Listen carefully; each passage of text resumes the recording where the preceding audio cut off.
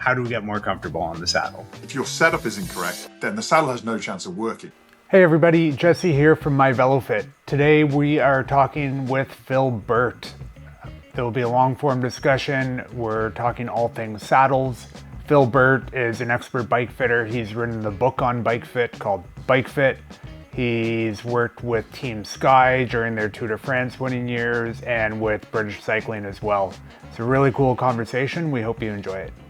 All right, so today we've got a really special guest joining us. We've got Phil Burt from the Phil Burt Innovation Center. Phil Burt is a renowned bike fitter. He's written the book on bike fit called Bike Fit. He was the bike fitter for Team Sky. He's done all sorts of really cool work that we'll dive into today. And today we're talking about all things saddles. So welcome, Phil. Hi, Jesse. Good to be with you to talk about this much misunderstood and misappropriated subject. You mean everybody's not comfortable on their saddle? Well, we wouldn't have a business if everybody was completely comfortable, but we're on a mission to try and make that a bit more straightforward because it is one of the, well up in the top three bike comfort complaints, isn't it? So yeah, it's always a rich and deep subject area. Yeah, totally. And I should add here, on top of all your innovation and all the cool things you're doing, you still are full-time bike fitting, right? I think you had people today and yesterday. Yeah. Like you're in the weeds with bike fitting, so you know this from both. Absolutely, we're still in that service world and working with people like yourselves, and then one half of our business is service, one half is product development. But yeah, we still run the clinic here in Manchester. I think it's one of the only, the saddle health clinics, one of the only few in the world actually. But I think that's a perfect mixture where you keep your hands in and you're seeing the real time problems and then going and finding the solutions. So we were talking with cycling yesterday about their issues in this room, and we're trying to help them and how they're going to do things in the future. But yeah, it was still a bike fitter.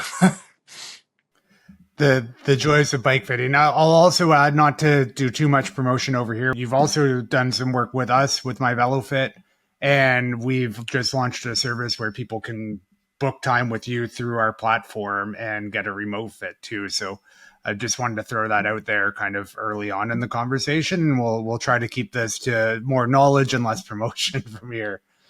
Yeah, sure.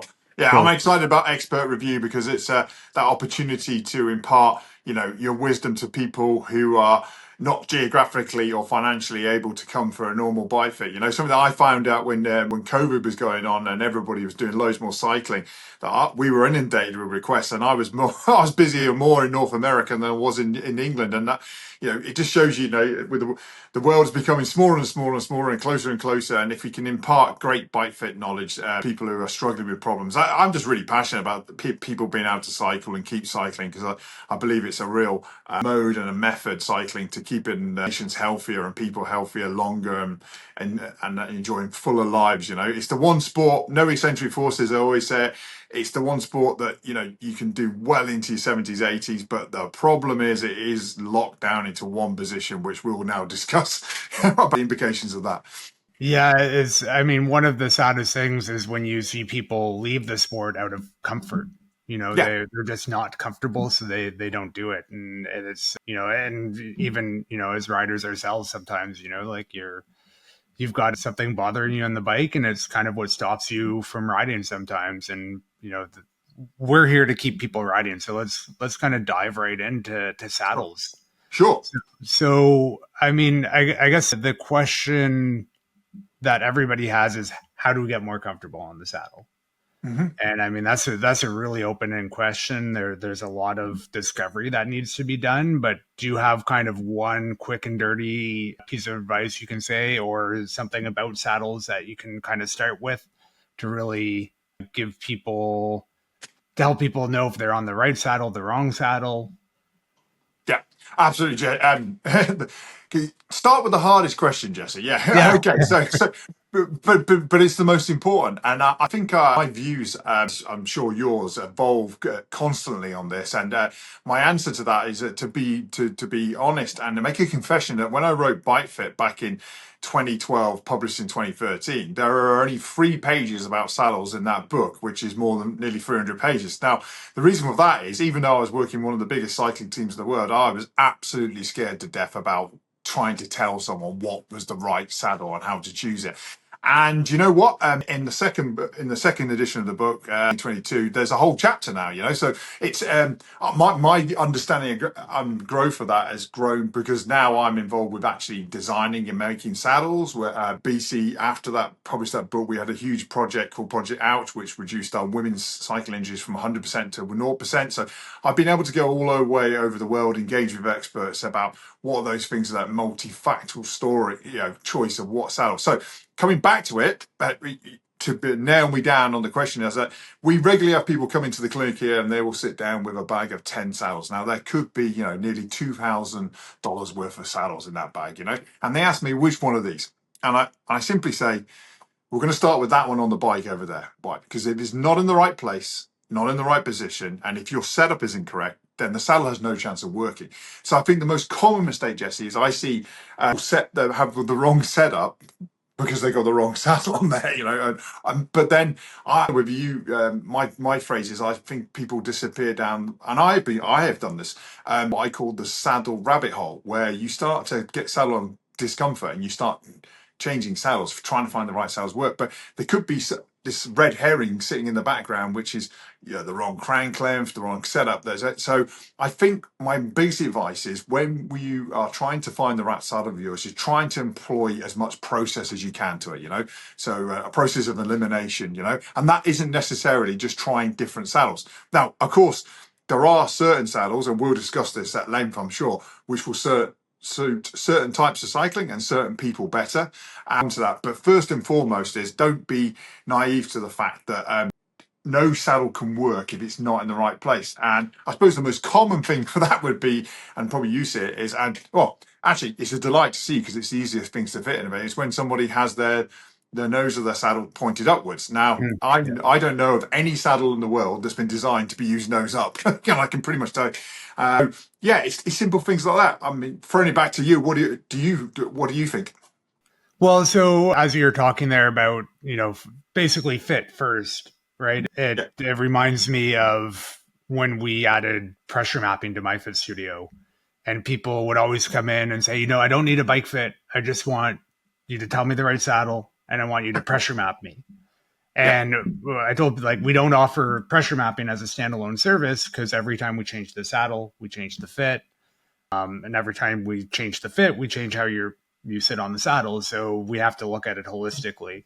So I think that is a really good point, is, getting the fit first, getting saddle angle, which again is kind of inherent to the individual saddles, which I think can be a bit of a kind of a chicken and egg, right? You have to look at each saddle individually, but with it all, you have to get the position right first, or right for each saddle too. And that's where, working with a bike fitter, working with software like ours to normalize your position, first get a good position, and then normalize it as you go through each saddle, is super important. I think you're absolutely right. It always comes back to this thing, that this wonderful subject of cycling and bike fit and then saddle choice. Is that my way of looking at it? It was and this was again when I wrote the book. First of all, is like, there's two things here. One, I think if you view this through the prism of the bike fit window, in that there is no one ideal position, but we have a window of fit, and I visualize those fit windows. I know you know this, Jesse, but for the benefit of those watching, like, there's a box around the saddle, there's a box around the cockpit, and there's a box around your pedals, right? And that's your window. Now, when you're 16, you're really flexible. Your body can write checks that it can cash no matter what. that window is wide open. Doesn't mean it's optimal, but you'll probably make most things work. As we get older, that window shrinks, and then it shrinks for other things like injuries you've had, things like, loads of stuff, inflexibility. And then I think the second prism of it, thinking about that, is that when I first sat down and thought about bike fit, why does it, we have a phrase in elite sport, and I'm a physiotherapist first and foremost, and then a bike fit, which helps me understand human beings a bit more, maybe. And you tend to spend 80% of your time with 20% of the population in any elite sporting squad. And I think bike fitters are like that. You spend 80% of your time with 20% of the really hard fits, or percent of your time scratching your head wondering what the hell's going on here, what. And those are what I call micro adjusters. So they're the people that the smallest difference or thing out of line or suboptimal piece of kit really has demonstrative effects upon their comfort and enjoyment and injury vulnerability. And then you take the macro absorbers; they're the ones that they're actually harder to fit because they don't feel suboptimal. They just get on with it, So they could be riding something that's quite not great for them, but they don't really know about it. So maybe they don't come into the bike fit area. But I think with saddle choice, what you want to try and do is try and I think that's where MVF's really good. It's such a multifactorial thing to work out on your own. If you have something such as MVF or a bike fitter or somebody giving you objective data back saying, hey, that's actually in the right place now. At least what I like to do is, well, it's not what we have a motto in our clinic, let's spend time, effort, and money where it's going to make a difference. So let's not spend time, effort, and money changing position constantly when that's correct. So first of all, make sure it is correct, and then we can start to iterate and find out, hold on a minute. Right, and we'll go through some of these things now. If for example, if you get penile numbness, there's a very simple solution for that normally, which is a cutaway saddle, for men anyway. So it's like, yeah, but before we get there, if your nose of your saddle's up, your saddle height's way too high, you're sitting way too far back, then that numbness is probably coming from that position, and a cutaway saddle has no chance of making that much better, until we're in the right window. So yeah, I think using whatever objective tool is available to you, and to get the window right first of all, I would say would be my first port of call with anybody who's considering saddle choice. Whether that's the first time saddle choice, or I want a new type of experience, or I'm trying to solve a problem. So yeah, that's my take on it, Jess. Yeah, and I think the other thing that we need to be careful about when we start changing saddles is, that game of whack-a-mole where, you're changing saddle, you've got like right sit bone saddle sores or something because your saddle's too narrow and you're sitting on one side, and then you go to too wide of a saddle and now you're sitting off to the other side or something, and then you get it on the other side, or you're on way too narrow of a saddle and you put on the right width saddle and it raises you up so much because you had no sit bone contact and you're kind of missing the saddle, and then you've got knee issues or ankle issues because now your saddle's too high, or you have too much knee extension. So those games of whack-a-mole can open up really quickly when you're just popping one saddle off, popping another one on, popping one off, popping another one on, especially when you're going through really big different changes in shape and size. And maybe this is a good segue to get into, talking about saddle shapes, saddle sizes. Do you want to kind of talk about maybe your philosophy on like how to pick the width and the shape of a saddle? Sure. Yeah, I think whip's a really, really interesting one. And we have the digital sit bone device in here, and like we have saddle pressure where it becomes quite obvious whether using those tools whether somebody is on the wrong whip saddle. So to make a generalization here, generally women have wider pelvises for the purposes of childbirth than men, but there is more variation within genders. I remember Specialized did a study of 400 people, x-raying them and looking at them, and they had found more variation within genders than between them. But in a general speaking term, most women find a wider fitting saddle supporting the sit bones will be better because they have wider pelvises. But saddle width is one of those. I find it one of the golden bullet solutions, and this is the question that I'm happy to share, that when I ask in my bike fit process, everyone who comes in here goes through the same process. I'm sure it's the same with you, Jesse, but because of the unique thing called the human being, everybody's bike fit is different, and what we try and do is keep the process set the same so we can pick up on the things that are relevant. And one of the golden questions I heard, and this might resonate with some of the listeners or viewers, is do you find yourself constantly moving around on the saddle? Yes. Do you find yourself constantly shoving yourself backwards? Now, my N equals whatever, I think we've done 1,000 fits over the last 5 years. Yeah, if someone says that, it's nearly always they're looking for more support. All right, so either they're on the wrong shape saddle, but more often they're on the wrong width. And that, I don't know about in your experience. I often, it's quite a nice thing when you give someone the right width saddle and they just normally go, "Wow, that's it." It's just one of those. Not many things in BioFit are really straightforward and nice like that, but that is one of those. And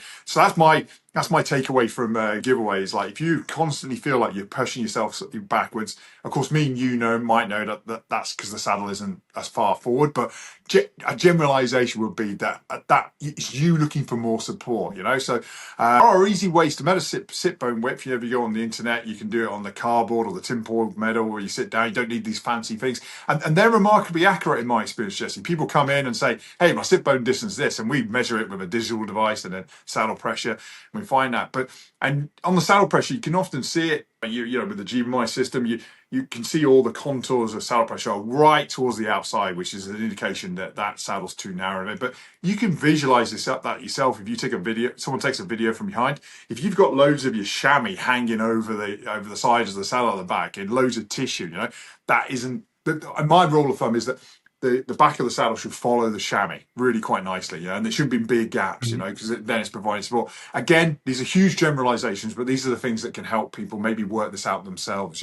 So I think saddle width is hugely important. But one of the things, if you think about a saddle, it has quite a hard job, in that I can't think of any other sport or action other than being on a Lido on holiday where your legs independently come towards you and then away from you. All right, it has to provide enough support so that you can bear weight on it. Your whole body, most of your body weight, we think about 60 to 7% of most people is on the rear end. And so it has to support your pelvis, but let your legs pedal on each side, up and away. So giving the hips the freedom of movement. That's, I think, when we come into shape, and we probably what you might want to talk about T and V-shaped saddles, and that's where shape comes in, if you ask me. It's like, okay, we've got the support, if we've got the right width, then what kind of shape saddle do you want? And that's when it gets it. When I work with, as you well know, and people, if they go and search, they can know that I work with Physique, and we help develop their saddles, and we work with other people in the background as well. But even those big companies find it hard to communicate with people which saddle is right for them. So I think I was going to mention this at the beginning. I wouldn't beat down on anyone who's saying, I don't know which saddle to choose, because it's a absolute nightmare, because there's so many options. Hopefully by this video will hopefully help people process that a little better. Okay, so Phil, you're talking about width and shape. So people often come in, having read about a saddle, or they hear, their friend like saddle A, or Tade's riding saddle B. How do you feel about kind of individual saddles versus generalized shapes of saddles? Because I find often, people say, like, I need the new hot Bontrager Specialized saddle. But really, when you look at those saddles, every brand kind of has a shape like that. So I try to think of saddles as, widths and shapes, and kind of like how we can move across the different makes and models from brands. Do you have any insights on kind of like, you had introduced earlier that, certain shapes work with certain riding styles.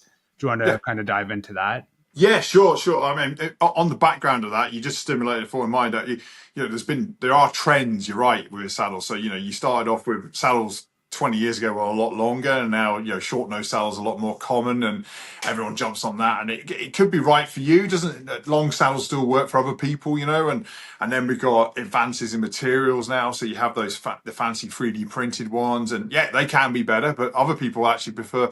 So you're absolutely right. It's I think, coming back to your question there about the shape, once you establish width, a very generalized thing is you can have T-shaped saddles and then V-shaped saddles. Now, a T-shaped saddle is just normally a little bit longer, and will come down pretty narrow and then spread very quickly to support the sit bones, and that's fine. If you are more of a, what would I say, you distribute pressure more on the sit bones. That generally works out. Now, that doesn't mean that you're upright. Some people, in my experience, just that's where they sit. And they have a little bit of a. If I have the pelvis here, like here, they sit with a little bit more of a posteriorly rotated pelvis, and this helps describe. But V-shaped saddles, which are generally just have a bit more frontal area, so you can distribute pressure there. They work for people who rotate the pelvis. So I go over here. If they rotate the pelvis forward and they're dumping, you see the pressure map, and they've got a lot more pubic rami and front pressure, to put it in layman's terms. And those V saddles then work for them better because they offer more support in the area where they're putting that. And then T-shaped saddles conversely work better because they support the sit bones but get out of the way for the legs moving and the hips and good hip clearance. What I tend to find, Jesse, is that I think women, if they do have wider hips, and women who especially present with frontal saddle sores, in my experience, women are much more prone to saddle sore and suffer from it disproportionately more than men, and that's because they have very different genitalia and soft tissues, but more essentially they tend to find it harder to engage their external hip rotators, which is your glutes in because the hips are wider, and then the pedals are quite narrow. Remember, stance width doesn't change in nearly most people's bikes. You haven't modified it, so that puts these muscles at a disadvantage. And then all of a sudden they rotate forward and they dump pressure right at the front, and you can't change it in my experience. But with the bike fit, they just continually put it there. And in which case, my philosophy is to think, well, let's get the right saddle to help you with that. We're going to put pressure there. Let's get the right saddle. That's normally a short nose V saddle for a woman, and then it'll be with whatever is the best material at supporting that. So it might not be a very firm saddle. It might be something that's much more compliant, adaptive. That's why the people are finding the 3D printed ones. That some of those really help with being adapting to people and cushioning and keeping it there. Other people, they find that I'm sure we're going to dive into this, like the ISM saddle, which is a great time trial saddle, but I think sometimes we get that misuse. Yeah, you got one there, Jesse. Yeah. So I think that comes down to the horses for courses, which I think you alluded on there. Is like, so the ISM saddle is if you ask me, a time trial saddle, because it's supporting the pubic rami here at the front, the two prongs here, and you're in a time trial position. You're much more rotated forward, and it's very, very successful at that. And then you'll find that sometimes it's not that successful because some people just don't like that particular way of supporting themselves there. So, Phil, you had mentioned, with saddles like the ISM saddle or larger cutout saddles, that people will often move to them trying to reduce pressure, but the lesser area can often increase pressure. Do you want to dive into that concept at all?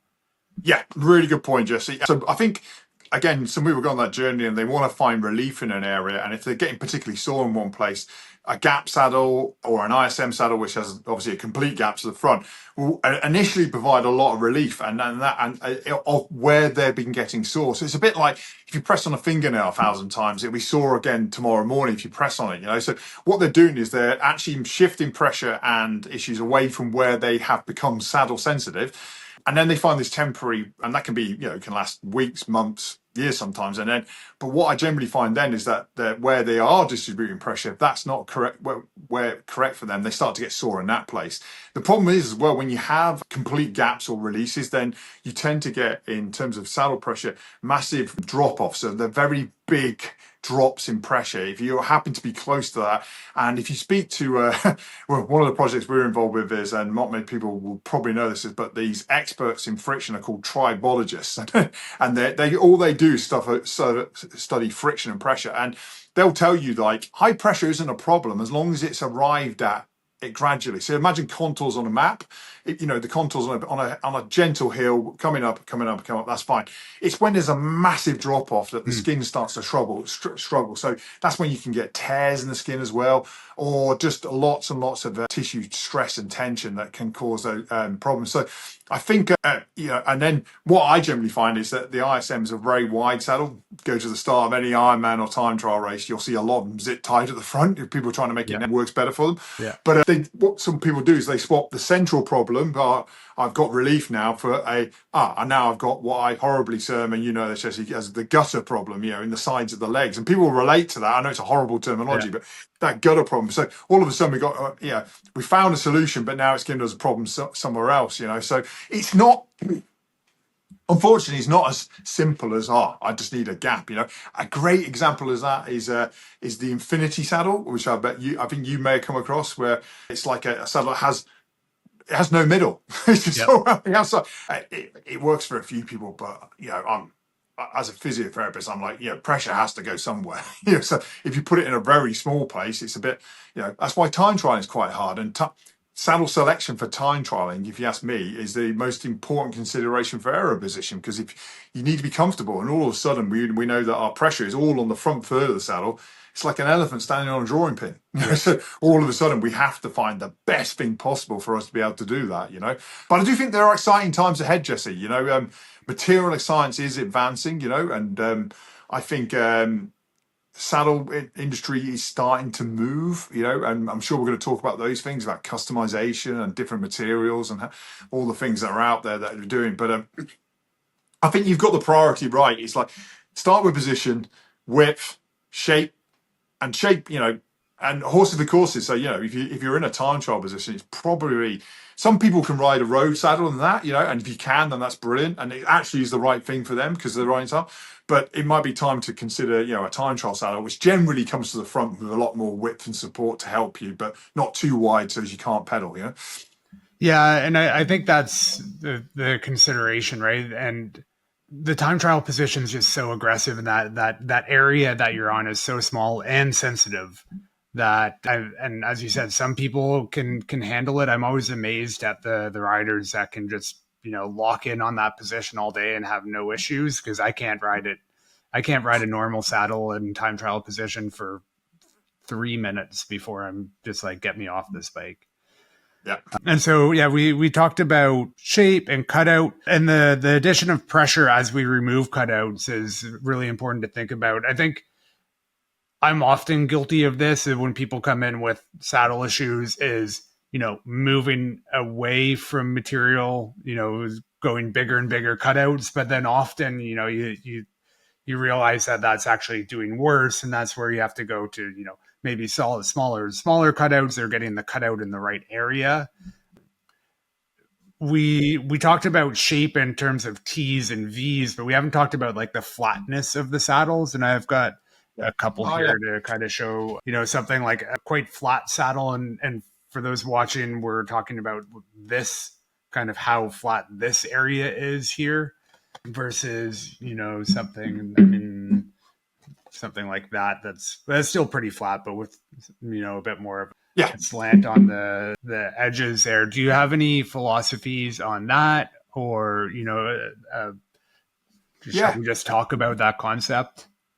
And people may disagree with this, but my take on that, Jesse, is that the nice, I suppose we call it transverse drop off, the flare that way. You got flare from front to back, and then you got flare from there, and it makes sense to have that flare. It looks like the back of a horse. You see, a saddle on a horse will do that, fall low. So I think with the more sit bone positions, then that sort of tail off's really important because it allows your hip joint to sit much more comfortably, and then I tell you, this again, it's just anecdotal experience. You wouldn't believe there's very little actual scientific research on saddles and what they're doing. We've probably got more experience between us as bike fitters and the community of bike fitters, and then other people. I've helped develop saddles, and we'll come on to that in a minute, and I'll show you how maybe how problematic that world is for testing and so forth. But I tend to find the flatter ones, it's a really good point, it's generally more someone who might be a bit more pubic rami orientated, because if you look at if we put that out there, look at the pedal, you can sort of see the pelvis.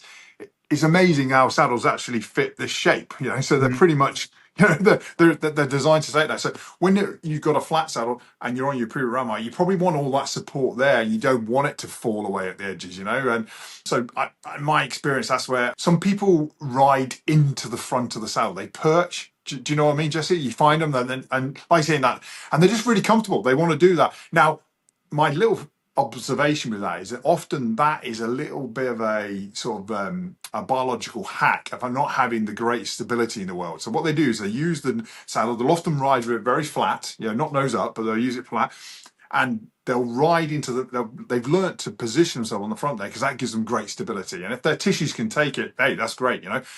Because the consequences of them not being there is that they're moving around a lot because they haven't got the greatest core. And you often see people who will ride with a nose of a saddle up.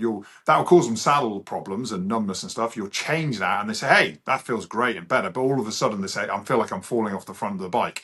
That's the hey presto moment where you're like, "You can't. This position is, your core stability isn't great." I hate that word, but core stability isn't great at holding that. So it's interesting. So that's my take on the curvature and stuff like that. It's but having mentioned it, just going back to the point about, we helped Physique develop the Argo saddle here, which Podjar used this year in the Tour de France and the one-to-one process. And you know what? I am the worst person in the world to help with that in terms of testing. Do you know why? Because I've ridden the same saddle for 18 years. So I am so used to a Physique Arione, which was given to me back before, I just ride. Now, that addresses a really important point, I think, Jesse, which is it the right saddle for me? Because a number of people told me it isn't. And I do believe them by the rules of thumb and processes that I've been through. But I'm used to it. And that's it. So it just works for me. So, I'm probably an Aliati adaptive carbon thing and what it'd be great, but I'm just so used to that. So the transition in changing saddle is problematic in itself for the reason that your tissues have got used to bearing weight in a certain place, but to be mindful of that, a lot of people sometimes say, hey, I don't know, you know Brooks saddles, don't you? You've wear a Brooks. A lot of people turn to a Brooks saddle because they reckon you can change that saddle to suit you. Hmm. Well, I can tell you now, the breaking in process of that, I hope it breaks the saddle and doesn't break you, because I've met plenty of people who have.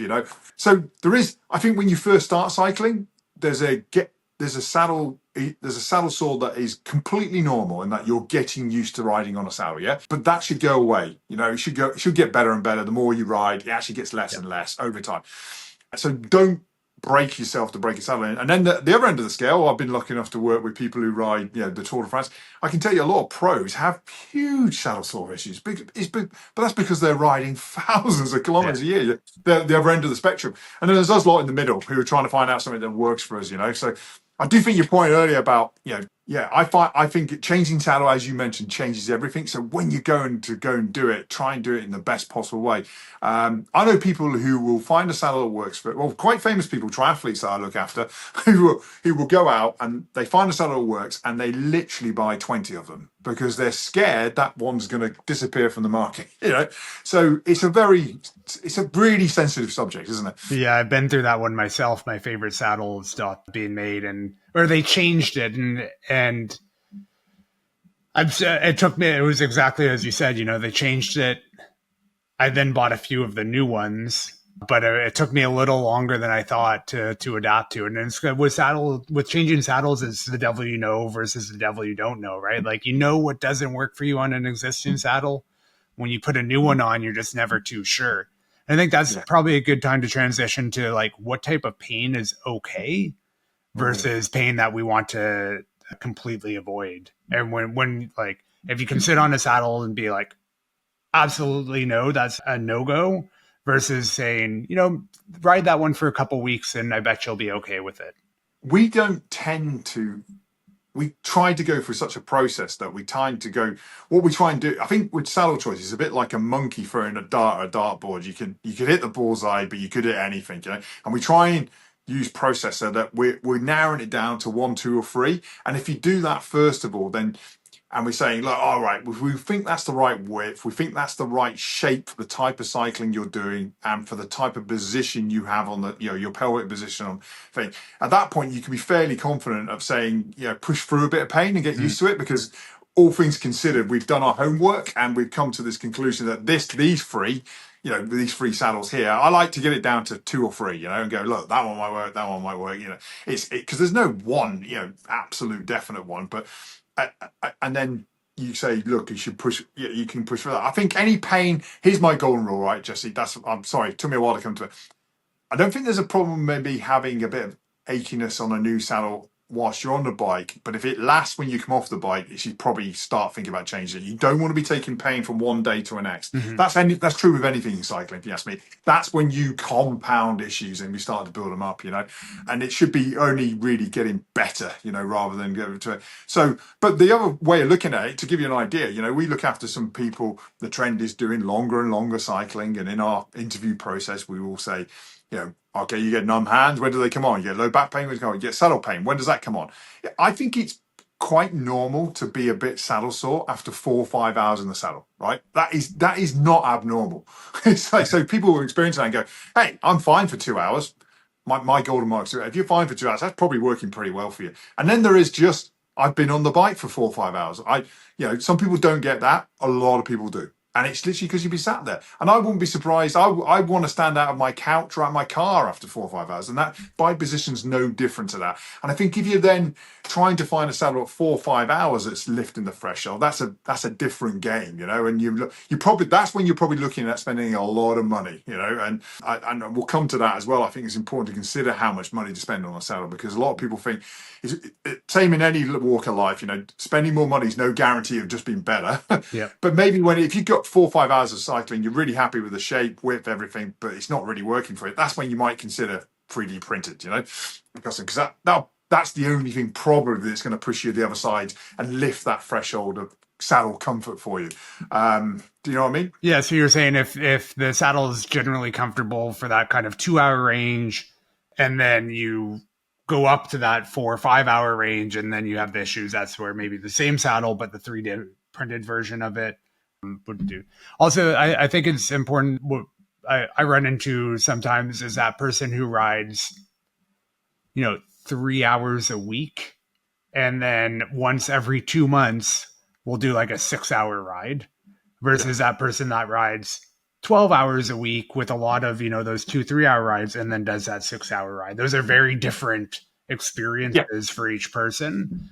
I would be hard pressed to say that 2 hour a week person is ever going to be comfortable for that 6 hour ride, versus those, the higher mileage people are much more likely to be able to handle those longer rides. So if you're kind of tripling your volume, your weekly volume in a day, there's probably going to be some consequences to that.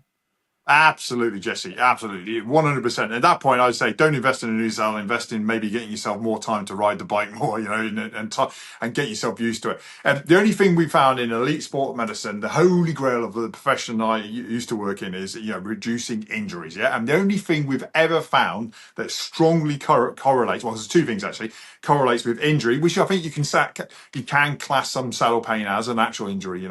Injury and what causes injury. We're constantly screening, looking for the only thing we ever correlated. Two things correlate with that strongly, to my knowledge, is have you had a previous injury?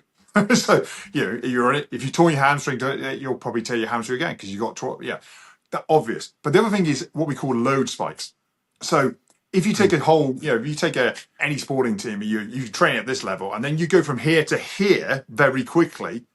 That's when you get loads of different injuries, because the body can't have time to adapt. You've shown it too much, tissues break down.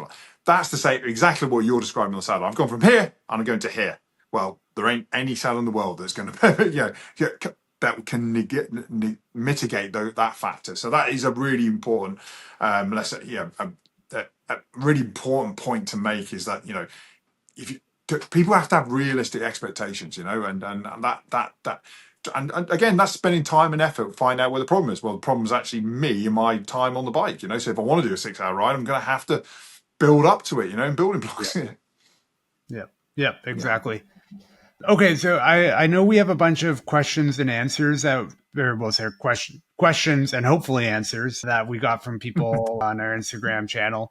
Before we get into that, I want to touch on saddle angle, because I know you were really paramount in getting the UCI to change the rules, right, on saddle angle.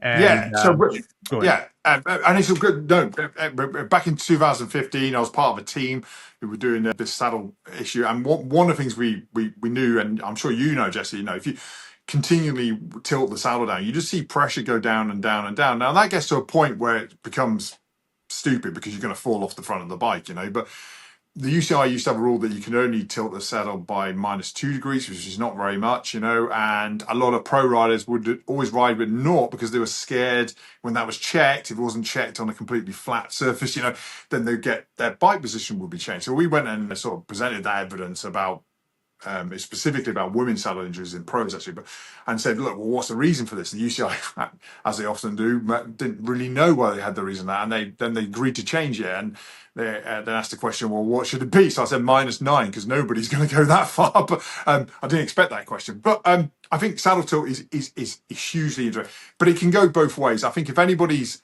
having saddle pain, but they're generally happy with the rest of the saddle, introducing a little bit of tilt is a really sensible thing to do. And I was going to touch on it, Jesse, that I think if you've got a turbo train at home and you've got saddle sore, is micro adjusting your saddle, just getting on and off. The smallest amount, 1 degree down, a little bit forward, can literally make a massive difference. It's just so specific to the person. So I often encourage, when I'm helping someone transition to a new saddle, we do that. We say, we're going to get on the turbo and you're going to adjust it. Now, how comfortable it is the most important thing. So you can do that for yourself. You don't have, we don't need, once we've got the objective data, what width you are, once sort of position is sort, go ahead and play in that little space. As long as you're not changing, you don't lose your anchor point, play in that space. Absolutely. But on the flip side of that, I see a lot of people, and I'm sure you've seen it, where they have excessive saddle tilt, and that has been done to alleviate a problem somewhere else on the bike, which might be the saddle, but often it would be too long at cranks, massive, huge drops to the front end. Yeah. So I think too much saddle tilt, as much as I'm a fan of it, and change the UCI rule is a sign that we're compensating for things that are going wrong elsewhere. Yeah, I find the massively nose down saddle is like an instant red flag for me. There's something going on.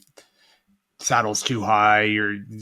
As you said, there's too much drop. I will add that, as you were saying, moving that saddle around in space once we've kind of got like the right or a close position. One, make sure that you've marked everything so you don't get lost and you can come back to it. You had said kind of have your anchor point. But the other one that people often forget is like so one is hard to do a 1 degree angle change, because a 1 degree angle change with some bolts on bikes, like it's hard to only do a degree. It's easy to go way to overshoot it. And 1 degree should be noticeable, right? Like that small change makes a pretty big difference, I find, for those things. So it's important to kind of like make, as you said, micro, and like we really do mean micro adjust at that point. And as you said, it'll make a big difference. And again, I think, a lot of fitters out there really like to gatekeep and be like, here's your position. Don't change anything. It's like, well, no, like, we're looking for, when my goal when I'm fitting you, and I know because I've talked to you, your goal when you fit people is to get, in a kind of in that fit window where if you move it a little bit in either direction, you're still in that fit window. And you enable the rider to kind of fine tune those small position changes. Absolutely. Yeah. So, I mean, we've touched on a lot of these already. How do you determine the correct saddle width? As you said, we can do the at-home measurement. Anything else you want to add to that, Phil? Yeah, just that little throwaway from me is like, if you permanently feel like you're pushing back, check your saddle position isn't too far back, and if you're correct, then pushing back is a common one. What I would say is a subjective sign for me that you're looking for more support. So more width can often be a good solution there. Perfect. This is an interesting one, and a lot of these, like a lot of stuff saddle wise, is always, there's probably 10 different answers. But how do you know if the discomfort is from the saddle itself or the position being wrong? Oof. You don't. It's a question to that. Well, having said that, let's go back a little bit. If the position was previously very comfortable and you put a new saddle on, then it's due to the saddle if nothing else has changed, So, but if you haven't got that knowledge, that's when I would say, okay, so how do we work that out? You might want to, try and work out by Burt Bike Fit book, getting MVF, going for a bike fit. Let someone else give you some objective input into whether your position's right, and then you can go from that stage onwards there, But again, remembering, let's not go down the rabbit hole of buying lots of different saddles before we know what we know. Yeah. Yeah. I think that's a great point, right? Like, have somebody look at your position, have some objective input on your position. If the Yeah. position looks relatively good, then it could be a saddle issue at that point, right? Yeah. Are there any great saddles for women other than the specialized power mimic, which is an interesting way to word that? Do you have any go-to kind of saddles that you kind of constantly find work well for women, or is it Yeah, more? the Specialized Mimic works well because it has a soft nose. It's a short nose, sort of V saddle. So for all those reasons we explained earlier, if you're a certain type of woman, but it doesn't work for all women. Yeah, that's a big thing. Yeah. So that question in itself is assuming women do need, I think the world is changing, and I do think women are poorly served, as they are in many sports, with equipment, and they have to make use of men's saddles, hence why a lot of women will use an ISM. But that isn't a women specific saddle, at all. Yeah. But they're trying to find the right reason for. So specialized mimic it can be, but there's other ones like was it Salitalia Flow? You've probably seen quite a lot of those. That's like a hammock saddle, and we didn't talk about that, Jesse. But the Salitalia Flow, those type of hammock saddles from front to back, they're great. But again, sometimes I find them they're great to begin with, but then they fix the person in one position. Mm-hmm. So unless you got it absolutely right, that better be really good. So a lot of women that I look after and say, hey, I found this work for a while, but I've got other problems now. So in answer to that, it's a disservice to women to say there's one saddle that works for them all, because the problem they have is they're made up differently to men, and they have a lot more reasons to get saddle sores. So it's just more problematic. So I think the advance in 3D stuff is making cushioning at the front a lot better. So some of those will definitely work. I found work for women. I think there's other stuff coming down the line that hopefully is going to be good news for women, but it's not quite here yet. Sounds like you might have some insider information there. Well, maybe. You had mentioned 3D printed saddles. A question is, are they necessarily better? No, this is my honest answer to that question. So in our clinic, we've always been brand agnostic. We don't sell anything because we want in a position to recommend the right thing for the right person. One thing we do have is the physique one-to-one process, because some people, if you're really asymmetrical, and we didn't touch on that, Jesse, if the person's really asymmetrical, then it's hard to find any saddle that's going to work, maybe. So that when they make the 3D printed saddle to your saddle pressure, it can be actually for a small percentage of people, that's absolutely what they need, but it's very expensive, and if you ask me, it's for those people, and I help them find that, but it'd be for some people, it's not going to make any difference. It's just not going to, I think what I tend to find is going back to that point, it's the horses for courses. So a lot of people, if you're doing 3 hours of cycling, then most of the saddles out there between 100 and 150 pounds, find the right shape, size, width, and everything for you. That's going to work. I tend to find the 3D printed thing comes more in like when we're going 4 or 5 hours, 6, your stupid events. That's when you need everything to be as optimally as possible. Otherwise, you're going to start getting what is to be expected, So that's where those things come in. So I think they're great if you can afford them, but they're not necessarily going to be the wrong shape, size 3D printed saddle the 3D printed bit of it isn't going to make up for the rest of those things we discussed. Yeah. Yeah. Great. Good answer there. This is a really interesting one that I find can sometimes be a tough one in the fit studio, especially if there's really bad habits built. But so where should you sit on the saddle, and how do you know if you're sitting on the correct part of the saddle? Like, I see often people will come in and they're more often, as you had hinted at earlier, they're sitting way off the back of the saddle, and it's because it's a too narrow of a saddle. But sometimes you have people that are sitting, right on the tip of the nose of the saddle as well. And so, do you have any insights on kind of tricks at home to determine if you're sitting on the right part of the saddle, and what is the right part of the saddle? Oh, that is a very, very good question. So I'm going to come at this because it's virtually impossible to do it any other way, is from a comfort filter point of view. So I think if the saddle's in the right place, it's going to be comfortable. So we should listen to that. We dismiss comfort too easily because it's a dirty word. Everyone thinks it's going to be easy and hard, but it's the thing that is in everyone's possession, So I would say, Jesse, you see somebody and they're sitting right on the nose of the saddle in a road position, almost like a time trial, but they say to me, I am completely comfortable here. I ain't changing it. Who am I to say to check, the ideal position? There is something as you come into cycling, learning where to sit and everything. But I think it's that where to sit. Once you've got the position right, then you will just sit in it. And it's a bit like telling people they should bend their elbows. That you can't think about that when you're riding. It just happens naturally when the reach is the handlebar width and reach is effective. And I laugh at people who say bend your elbows and coach people, or people who try and coach pedaling. That's happening at 90 to 100 times per minute. The human brain doesn't think that fast, and nor will it hold it. So to say to someone, I want you to sit here, I'm going to tell you as a physiotherapist, my job is to change people to make them win things in the past, all right? It is very hard to tell people, change people the way they do things. So I would consider that person's question was like, let's find the saddle that works with you rather than you trying to work with the saddle. Yeah, and the position, right? Like getting the saddle, sit where you want to sit. My job is to get the right part of the saddle underneath you. Exactly. Right? Exactly. In that spot. Exactly. Yeah. Yeah. Cool. The one other question here was, and I do have a very curved saddle. This one's it's not the most, but on a saddle that has a lot of, that hammock effect, or a really curved saddle, how do you determine what's level? Yes. Yeah. Right? Yeah. Like Wow. Yeah. So if you had what we have and we're in the clinic, a level is where they sit.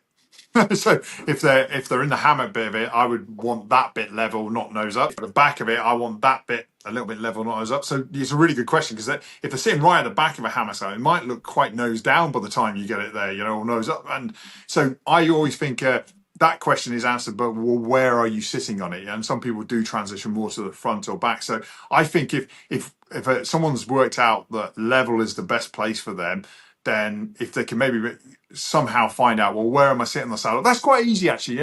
I can see a lot of the nose of my saddle, so I know I'm in the middle third to back third of the saddle. So that's where I make sure that's where I'm very specific about what my saddle should be. So it's a good point. And you do have saddles that arrive at the front very flat, and other ones that have a nose drop off. I mean, those nose drop offs are designed for you to roll forward a bit easy more. You actually roll on the nose of the saddle. So it's a good question, but I would answer it by saying where you sit that's where you should be measuring level, if level is what you want to be.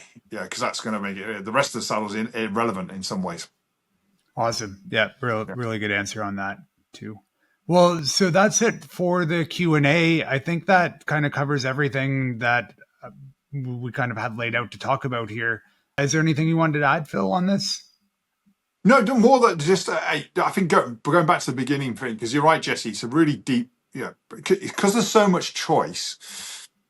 How do you determine which that? I help major brands try and communicate this, and it's hard to communicate because we don't know who the end user is, and what all your history, your cycling history, your injury history, your shape of your pelvis and stuff. So I want people to feel like, if they're listening to this, is like, you're not dumb, right? It's a really, really, it's a really common problem, but try and apply process to it, and think about it. And one thing we haven't discussed, just because we said position was really important, and then saddle, but a really good chamois and short can make a big difference to your saddle comfort, So, if you've previously got on with a saddle and then all of a sudden it's not working and you have changed short recently, don't throw away the saddle, just go. I know I always say, actually, my last leaving point is, because I know we've discussed this in the past, but when you're changing saddle, make sure you record the position of the old one. Yeah. Make sure you keep the saddle, right? I've looked after some very famous cyclists who have chucked everything away, tried new stuff, and then have major issues, and we don't know what we used to have. So if you get on with something and you're just trying to improve, let's not throw the baby out without the bathwater. Keep hold of all that old information if it's working well, and then what you can do is do a little process of going backwards and find out, well, what's changed that I need to change back, and then what can I keep that's new and better. But mainly, I just say, I tend to see people sit down and I say, look, believe you me, you're not the first person who sat just over there and said you got all these issues. They are very common. And there are solutions. We just have to apply a bit of process in finding the right ones for you. And that might be this video. It might be a book. It might be MVF, getting your position right. It might be, all right, I'm going to have to go and see a bike fit. It might be, I need a 3D printed saddle because I'm just an asymmetric person. On that spectrum of smorgasbord of options, find out who you are, and then go and find those things. Awesome.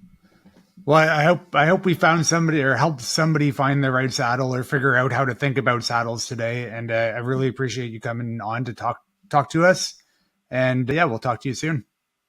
Thanks, Jesse. Real pleasure. Thanks very much. All right. Thanks. Bye, Phil. Okay, so that was a great conversation with Phil. We hope you'd enjoy it. If you have any questions, feel free to drop them in the comments and we'll try to get to them. Make sure to like and follow and stay tuned for the next one.